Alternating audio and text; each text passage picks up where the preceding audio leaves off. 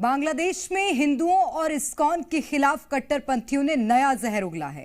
कट्टरपंथियों के दो सबसे नए वीडियो सामने आए हैं, जिसमें जमात के गुंडों ने कहा है कि इस्कॉन कैंसर के समान है। कट्टरपंथियों ने ऐलानिया लहजे में कहा कि जहां भी देखो हिंदुओं को काट दो। इस वीडियो के सामने आने के बाद भी मोहम्मद यूनुस खामोश हैं, जिससे एक बार फिर ये बात साबित होती है कि जमात के आगे यूनुस की ताकत जीरो है।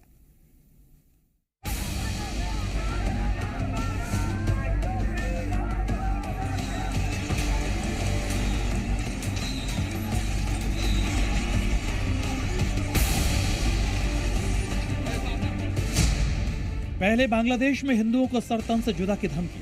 रूपगंजे कोनो इस्कन मिस्कन नामबी ना ताहले किंतु एकदम। अब इस्कॉन को बांग्लादेश से मिटाने की धमकी।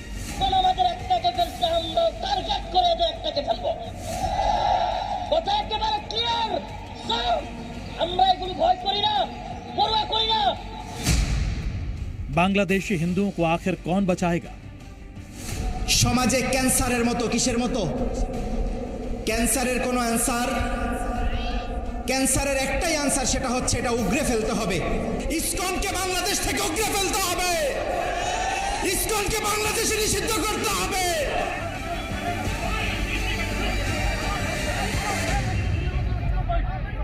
बांग्लादेश में कट्टरपंथी अब खुलकर चौक चौराहों पर तकरीरों में साफ साफ ऐलानिया लहजे में कह रहे हैं कि इस्कॉन से जुड़ा कोई शख्स या कोई हिंदू दिखे तो उसका सिर कलम कर दो, गला काट दो, क्योंकि बांग्लादेश के लिए इस्कॉन कैंसर के समान है और कैंसर का इलाज नहीं हो सकता।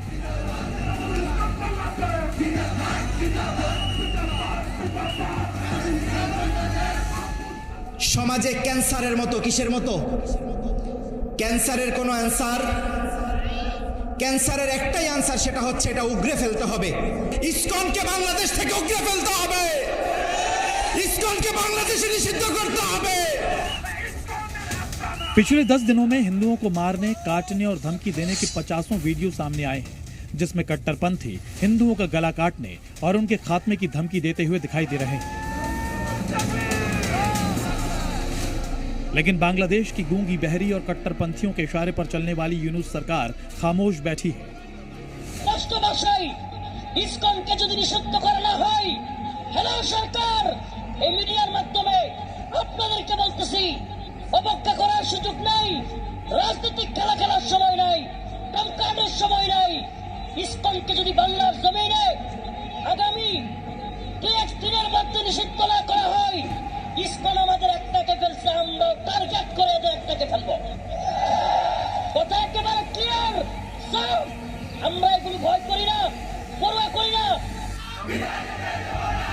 भला किसी डेमोक्रेटिक देश में कोई शख्स किसी दूसरे धर्म को सरेआम मंच से कैसे धमकियां दे सकता है? और तो और प्रशासन या पुलिस ऐसे कट्टरपंथी के खिलाफ कोई एक्शन तक नहीं ले रही। इसका मतलब साफ है, मोहम्मद यूनुस अंदर से खौफ में है, डरे हुए हैं। ऐसा लगने लगा है कि कट्टरपंथियों से मोहम्मद यूनुस को भी धमकी दी है कि अगर बांग्लादेश सरकार का चीफ बने रहना है तो अपना मुंह बंद ही रखो। माइनॉरिटी के साथ जो अत्याचार हो रहा है वो उनकी खुद की छवि के लिए और उनके देश की अखंडता के लिए, अक्षुण्णता के लिए बहुत बड़ा खतरा है। और उससे उन्हें जितना जल्दी इस चीज़ को डील करेंगे उतना ही वहाँ की सरकार के लिए भी अच्छा होगा और इंटरनेशनल कम्युनिटी को भी इसका ख्याल रखना चाहिए। बांग्लादेश में इस्कॉन पर कट्टरपंथियों ने डबल अटैक किया है। एक मंच से बांग्लादेशी हिंदुओं को काटने की धमकी दे रहा है, तो दूसरे मंच से कट्टरपंथियों ने इस्कॉन को कैंसर करार दिया। আমি স্পষ্ট দেখতে পাচ্ছি বাংলাদেশে এখন সবচেয়ে বড় বিপর্যয়কারী হচ্ছে ইসকন। ইসকন হচ্ছে হিন্দুত্ববাদী উগ্রবাদী এক সংগঠন। সারা বাংলাদেশে ইতিমধ্যে এটা ক্যান্সারের মতো রূপ ধারণ করেছে। সমাজে ক্যান্সারের মতো কিসের মতো ক্যান্সারের কোনো অ্যানসার ক্যান্সারের একটাই অ্যানসার, সেটা হচ্ছে এটা উগরে ফেলতে হবে। ইসকনকে বাংলাদেশ থেকে উগরে ফেলতে হবে।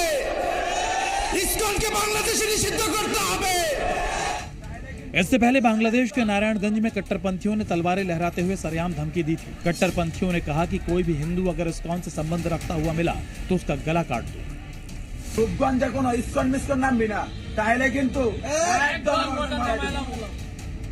साफ है, बांग्लादेश में हिंदुओं के खिलाफ हिंसा अब चरम पर पहुंच गई है। मंदिरों पर दिन दहाड़े हमले हो रहे हैं, सिर तन से जुदा करने की धमकी दी जा रही है। कट्टरपंथियों की भीड़ चुन चुनकर हिंदुओं की पिटाई कर रही है।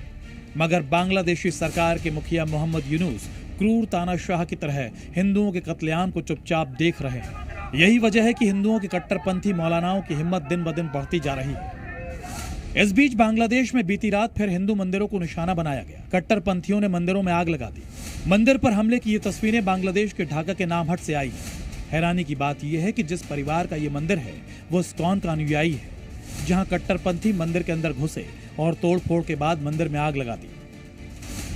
इस्कॉन का एक नामहट सेंटर है ढाका उपजिला में। वहाँ पर जो कुछ लोग आकर पेट्रोल फेंक कर पूरे मंदिर को जला दिया है। वहाँ पर श्री श्री लक्ष्मी नारायण जी का विग्रह था, श्री श्री राधा कृष्ण और बहुत सारे और भी डेटीज थे। तो लक्ष्मी नारायण जी का जो विग्रह है पूरी तरह से वो क्षतिग्रस्त हो गया है। पूरा जो मंदिर है वो जल गया है। ढाका में जुबो दल, स्वेच्छा सेवक दल और दूसरे छात्र दलों ने भारत के विरोध में मार्च निकाला। इनकी कोशिश भारतीय हाई कमीशन को घेरने की थी, लेकिन रामपुरा ब्रिज के पास इस विरोध मार्च को बांग्लादेशी सरकार ने रोक दिया, जिसके बाद प्रदर्शनकारी बैरिकेड्स के चारों ओर जमा हो गए और भारत विरोधी नारे लगाने लगे। ढाका में पूर्व सैनिकों ने भी भारत के खिलाफ मार्च निकाला, जिसमें एक बार फिर गीदड़ भभकी सुनाई दी। दावे किए गए कि 4 दिन के अंदर कोलकाता और असम पर कब्जा कर लिया जाएगा। ভারত তো দূরের কথা, আমেরিকা আমাদের সাথে টিকবে না ইনশাআল্লাহ। আমরা বলতেছি 4 দিনের মধ্যে আমরা কলকাতা দখল করে নেব ইনশাআল্লাহ। আমরা দখল করে নেব। আসাম দখল। সামরিক বাহিনী, ছাত্র জনতা আমরা একত্রে আছি। আমরা আবার 5000 সদস্য, এই 5000 সদস্যের মধ্যে অর্ধেকই নবীন, 2500 আমরা যুদ্ধের মাঠে যেতে পারি। আর এর সাথে যদি 30 লাখ ছাত্র জনতা যোগ হয় তাহলে ভারত তো দূরের কথা, আমেরিকা আমাদের সাথে টিকবে না ইনশাআল্লাহ। बांग्लादेशी हिंदुओं पर जुल्म सितम और हिंसा की तस्वीरें पूरी दुनिया देख रही है। ब्यूरो रिपोर्ट, जी मीडिया।